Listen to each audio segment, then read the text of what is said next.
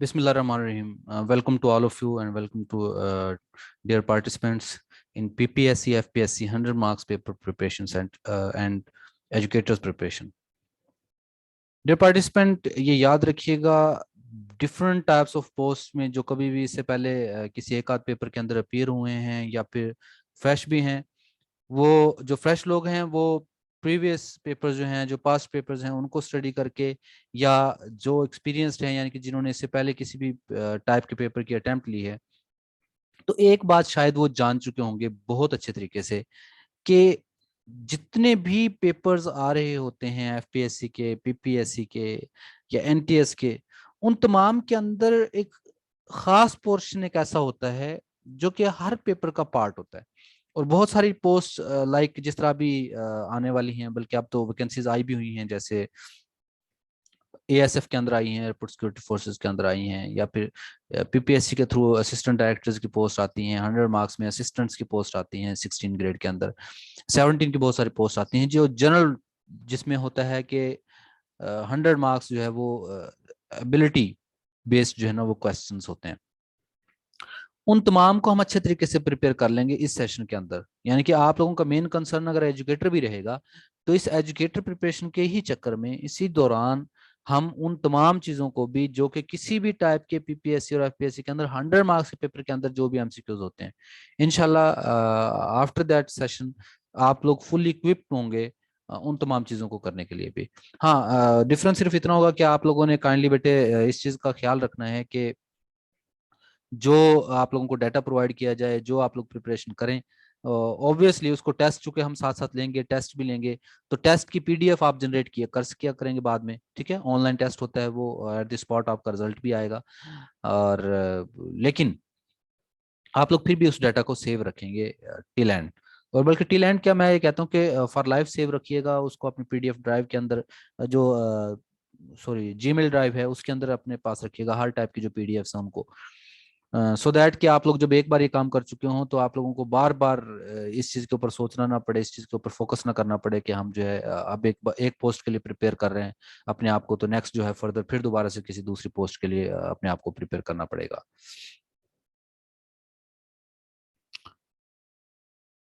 Well, ये है हमारा मेन जो कंसर्न, जिसकी वजह से हम इस सेशन को स्टार्ट करने के लिए जा रहे हैं, कि हमारे पास पीपीएससी एफपीएससी 100 मार्क्स जो पेपर्स हैं उन तमाम को प्रिपेयर करना, एज वेल एज जो एजुकेटर्स हैं, एक्सपेक्टेड जो अपकमिंग पोस्ट हैं, उसका एक जो कंप्लीट प्रिपरेशन है कॉम्प्रिहेंसिव वे से उसको करना।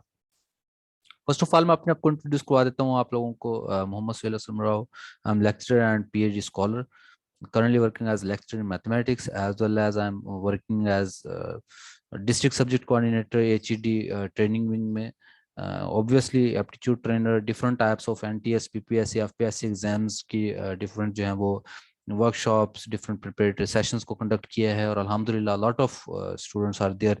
इस्लामिक वालों अपनी यूनिवर्सिटी रिसोर्स पर्सन के तौर पे काम कर रहा हूँ, उसमें जो है वो ऑनलाइन डिफरेंट वर्कशॉप्स की कंडक्ट और different education related, because I am MEd as well, तो इस वजह से उसकी जो है एमए एजुकेशन है या बीएड है, उनके साथ जो है वो रिसोर्स पर्सन के तौर पे भी काम किया है। डिफरेंट यहाँ पर अल्हम्दुलिल्लाह सक्सेस स्टोरीज और successful students are there.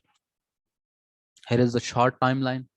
Alhamdulillah, right after 2009, I have a lot of students there, and many of them have secured their government jobs because NTS preparations के जरिए जब फर्स्ट बैच आया था उसमें मेरे जो एजुकेटर्स हैं उस वक्त फिजिकल सेशंस थे, क्योंकि तो अल्हम्दुलिल्लाह बहुत सारे कैंडिडेट्स ने जो है वो अपनी जॉब्स को सिक्योर किया, गवर्नमेंट जॉब्स को।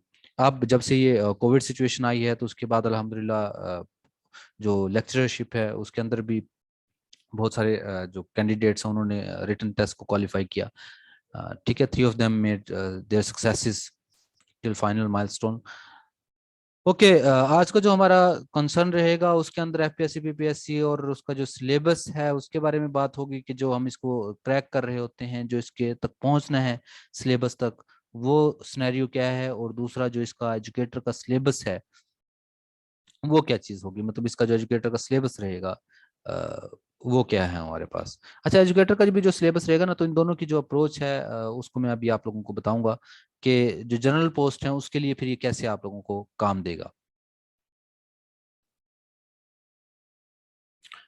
डिफरेंट टाइप्स ऑफ जो एजेंसीज हैं, उनमें से जो फेमस एजेंसीज हैं उनको मैंने थोड़ा सा यहाँ पे लिखा है। जरूरी नहीं कि आप लोग, बहुत सारे जो है CTS PTS और different other agencies are also working there, और many of them are also working with different government organisations के साथ भी काम कर रही हैं।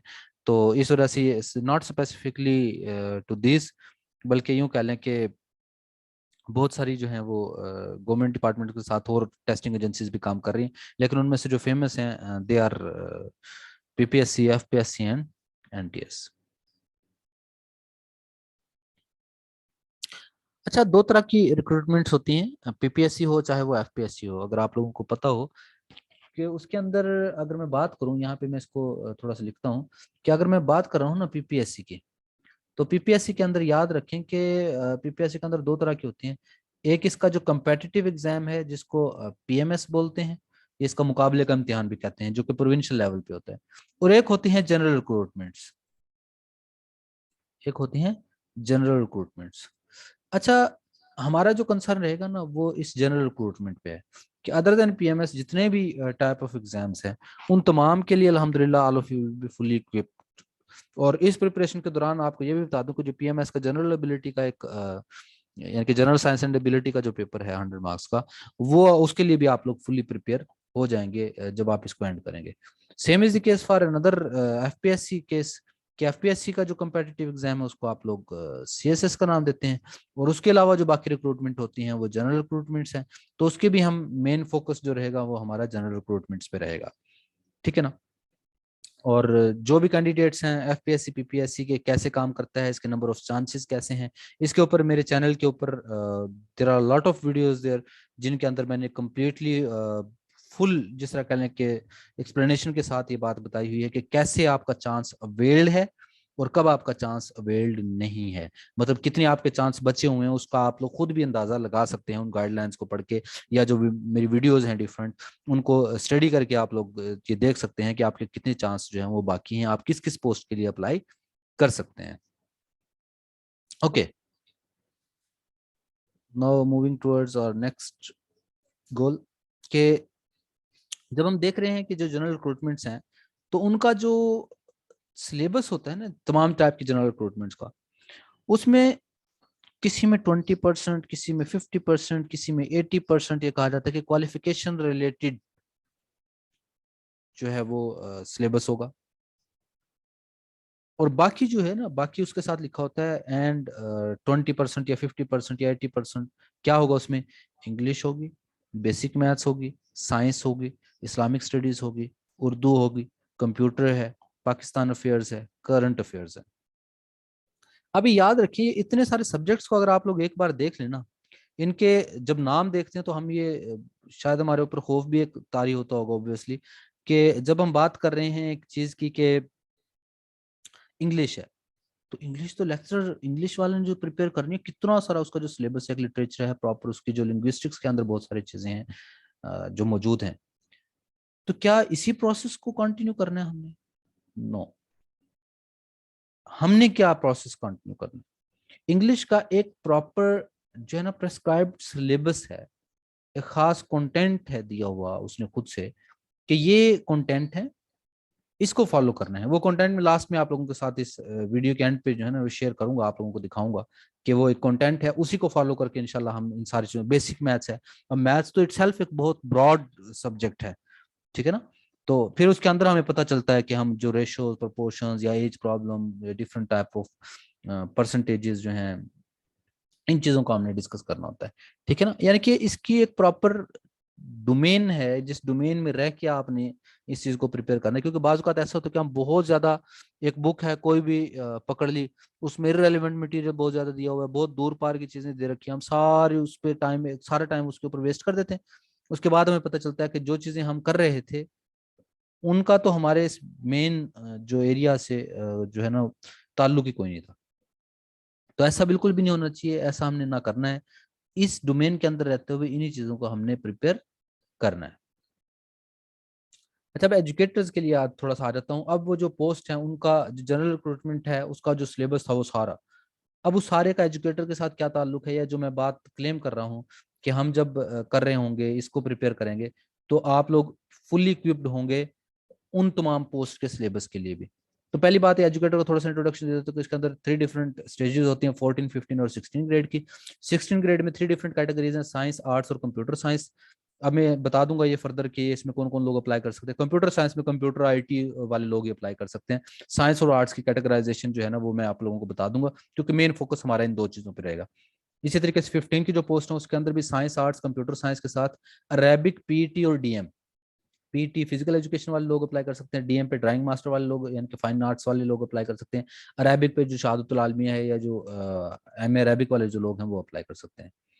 आर्ट्स की जो सीट्स हैं, आर्ट्स की सीट्स, सॉरी, ईएससी के अंदर क्या है, ये स्पेसिफिकली हमारे पास जो है वो 14 ग्रेड की सीट है, और इसमें भी BS16 की तरह सिर्फ कंप्यूटर साइंस वाली कैटेगरी नहीं है, अदरवाइज 2 डिफरेंट कैटेगरीज हैं, जो कि कौन कौन सी हैं, जो कि हमारे पास साइंस की है और आर्ट्स की है। अच्छा, अब इनको हम देख लेते हैं, इनका जो सिलेबस है उस चीज़ को देखते हैं कि इसका जो सिलेबस और इम्पोर्टेंट इंस्ट्रक्शंस कि कौन कौन लोग इसमें अप्लाई कर सकते हैं और इनका सिलेबस होता क्या है। इन चीज़ों को हमने अब देखना है। तो फर्स्ट कैटेगरी मैं 2 को ही यहाँ पर मेनली डिस्कस करूंगा आप लोगों के साथ, जिसके अंदर साइंस और आर्ट्स 2 ही कैटेगरीज हैं, ESC, SCSC और SSC। अच्छा, ये पहले बहुत से लोग ना कंफ्यूजन का शिकार थे, क्वेश्चन भी किया करते थे। PPSC ने अब बहुत सारी पोस्ट में ऐसा किया कि जिनका सिलेबस सेम होता है उनका टेस्ट भी इकट्ठा हो जाएगा, यानी कि आप लोगों का भी बिल्कुल वैसे ही PPSC करेगा कि टेस्ट वो एक ही ले लेगा, अप्लाई आप तीनों के लिए अलग अलग से वहां पे करते रहेंगे। इन तीनों पोस्ट के लिए ESC साइंस, SCSC साइंस और SSC साइंस, इन तीनों के लिए सिलेबस जो है वो सेम है। क्वालिफिकेशन क्या चाहिए इसके लिए, क्वालिफिकेशन हमें चाहिए कि मास्टर डिग्री जो है वो 16 ईयर एजुकेशन हो, यानी कि कौन कौन से subjects, physics, chemistry, botany, zoology, biology, mathematics और यानी कि जो रिलेटेड ब्रांचेस हैं वो लोग इसके अंदर अप्लाई कर सकते हैं। Professional qualification B.Ed, M.Ed, MSEd, AD, ये जो है वो उसके लिए रिक्वायर्ड है। अच्छा, अब ये जो रिक्वायर्ड है ना, ये वर्ड के बहुत सारे लोग अप्लाई नहीं करते कि जी इसके लिए तो B.Ed कंपलसरी हुआ। अभी तक कोई भी जो पोस्ट आई हैं उनके अंदर B.Ed कंपलसरी नहीं रहा। अब B.Ed फिर कंपलसरी नहीं रहा तो लिखते क्यों है प्रोफेशनल क्वालिफिकेशन? ये आगे एक इंस्ट्रक्शन आएगी तो इंस्ट्रक्शन पढ़ाऊंगा आप लोगों को, क्योंकि PPSC के थ्रू होनी है एजुकेटर्स की जॉब, ये बात कंफर्म है। एक बैच इस तरीके से अपॉइंट भी हो चुका हुआ है पिंडी और मियांवाली डिस्ट्रिक्ट के अंदर, ये एक्सपीरियंस हो चुका हुआ है, PPSC ने उनके लिए लिए। और लोग इतने यूं कह लें कि पहले तो ये कहते हैं कि सीट्स बड़ी कम होती हैं, लेकिन सीट्स का क्या करेंगे, जब आप लोग टेस्ट जब अपीयर हो रहे होते हैं तो टेस्ट के अंदर 1:5 से बंदे नहीं मिलते। भी 2 सीटें हैं तो टॉप के 10 बंदे बुलाने ना, तो 10 बंदों का टेस्ट ही नहीं पास हो रहा था बाज का। 2 पोस्ट है, दोनों 2 लोगों ने भी नहीं पास किया होता टेस्ट। यानी कि ये एक नेग्लिजेंसी है हमारे हमारे एंड पे कि हम क्या करते हैं, इनको टेस्ट को प्रिपेयर ही नहीं करते बन के। तो डिग्री का होने का या पोजीशंस के होने का फिर कोई मतलब नहीं रह जाता, कोई फिर यूं कह लें कि उसका फायदा नहीं है। फिर हम बाद में फिर इंतजार करते हैं 3 साल 4 साल का कि अगेन दोबारा वैकेंसीज आएंगे तो फिर हम जो है वो अप्लाई करेंगे। सिलेबस ये है इंपॉर्टेंट चीज कि इसके अंदर 100 MCQs होते हैं और टाइम जो होगा वो 90 मिनट्स का होगा। सिलेबस इसके लिए क्या है, सिलेबस सुन लें। जो 50% है सिलेबस उसके अंदर physics, chemistry, botany, geology, biology और मैथमेटिक्स, यानी कि सारे पोर्शंस 50% के अंदर तमाम लोगों ने, साइंस वालों ने देने हैं, चाहे वो फिजिक्स के हैं, चाहे वो केमिस्ट्री के हैं, चाहे वो बायो के हैं। ठीक है ना?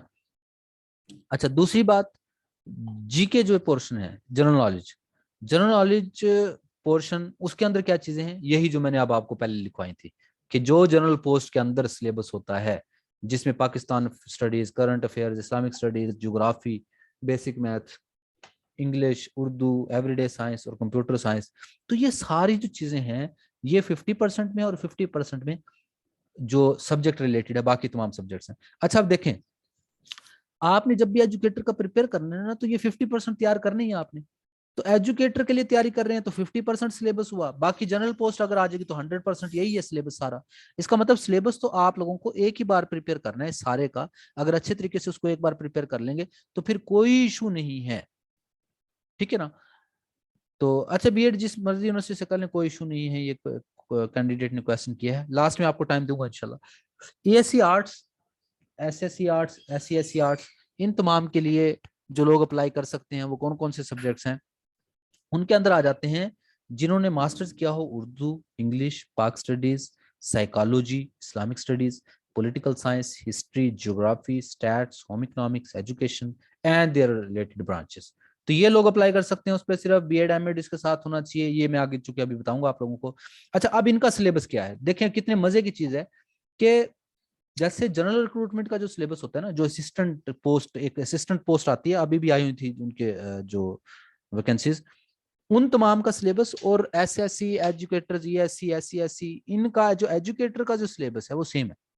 और साइंस वालों का क्या है, साइंस वालों का जो 50% था ना पोर्शन बाद वाला जर्नल, वही पोर्शन आर्ट्स वालों का 100% है। ये देखें कि 100 मार्क्स का 90 एमसीक्यूज हैं, कौन क्या क्या चीजें हैं, general knowledge, Pakistan studies, current affairs, Islamic studies, geography, basic maths, English, Urdu, everyday science and computer studies. तो ये वही चीजें हैं जो 50% साइंस वालों ने करनी है, आर्ट्स वालों ने तो 100% ये वाला सिलेबस करना है। तो ये जी इनका सिलेबस था जो आप लोगों को मैंने बता दिया, बड़ा इंपॉर्टेंट एक सिलेबस था। एज कितनी है, अगर 2022 अभी जो हमारा करंट ईयर चल रहा है, तो ये 2 साल की जो रिलैक्सेशन है वो फर्दर मिल जाएगी तमाम लोगों को।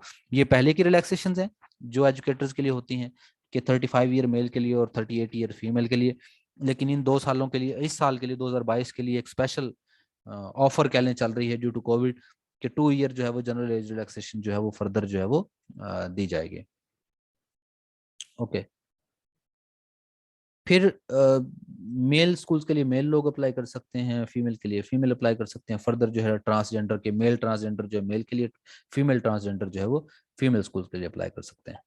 डोमिसाइल उसी डिस्ट्रिक्ट का होना चाहिए जिस डिस्ट्रिक्ट के लिए अप्लाई करना चाह रहे हैं। हाँ, हस्बैंड के डोमिसाइल पे फीमेल भी अप्लाई कर सकती हैं, ये एक सेपरेट से कैटेगरी है। और फिर चूंकि इसके अंदर पीपीएससी का जब टेस्ट पास हो जाता है, फिर ये तहसील कोटे की बात आएगी उसके अंदर। और ये जो सेकंड पॉइंट है ना, इसको आप ध्यान से पढ़ लें, सेकंड पॉइंट को, नोट 2 को। Appointee who lacks professional qualification will have to require requisite professional qualification within contractual period. Otherwise, he or she will stand terminated on completion of contractual period. यानी कि जिन लोगों के पास वो prescribed qualification नहीं भी है वो अप्लाई कर सकते हैं, लेकिन within contract period they have to require that prescribed qualification. Otherwise, their contract will be stand terminated. ठीक है ना। तो ये बड़ी इंपॉर्टेंट बात है कि उस मतलब अगर किसी की नहीं भी है बीडीएम तो अप्लाई एटलीस्ट वो कर सकता है। Candidates are informed to choice. अच्छा, ये वो जो टेस्ट सेंटर जो भी लेते हैं वो आप लोगों को पता है कि वो एक बार जो आप लोगों ने ले लिया वो जो है वो फर्दर चेंज नहीं हो सकता। अच्छा, ये अगर आप लोग कांटेक्ट करना चाहें, जो भी आप लोगों के इश्यूज हैं, जो क्वेश्चंस हैं, जो क्यूरीज हैं अगर आप लोगों की, तो आप लोग जो है वो कांटेक्ट कर सकते हैं यहाँ पे। अच्छा, यहाँ से अब मैं आप लोगों को बताता हूँ कि मैंने आप लोगों को कहा कि मैं आप लोगों के साथ ना शेयर करूंगा कुछ जो सिलेबस है इनका, वो सिलेबस इसके साथ में शेयर करता हूँ। ये जो रिकॉर्डिंग मोड पे था, मैं इसको फर्दर जो है ना वो एंड करता हूँ रिकॉर्डिंग मोड को। अब मैं आप लोगों के साथ जो है वो डिस्कशन है, डिस्कशन मोड की तरफ आता हूँ। यहाँ तक की रिकॉर्डिंग तमाम पार्टिसिपेंट्स जो ऑनलाइन हैं, मेरे यूट्यूब विजिटर्स जो हैं, वो तमाम लोग इसको देख रहे हैं। जो आप लोगों का क्वेश्चन और क्यूरी है वो आप लोग काइंडली मुझसे कमेंट सेक्शन के अंदर पूछ सकते हैं, या पर्सनल मैंने जो आपने ये इन्फॉर्मेशन दी है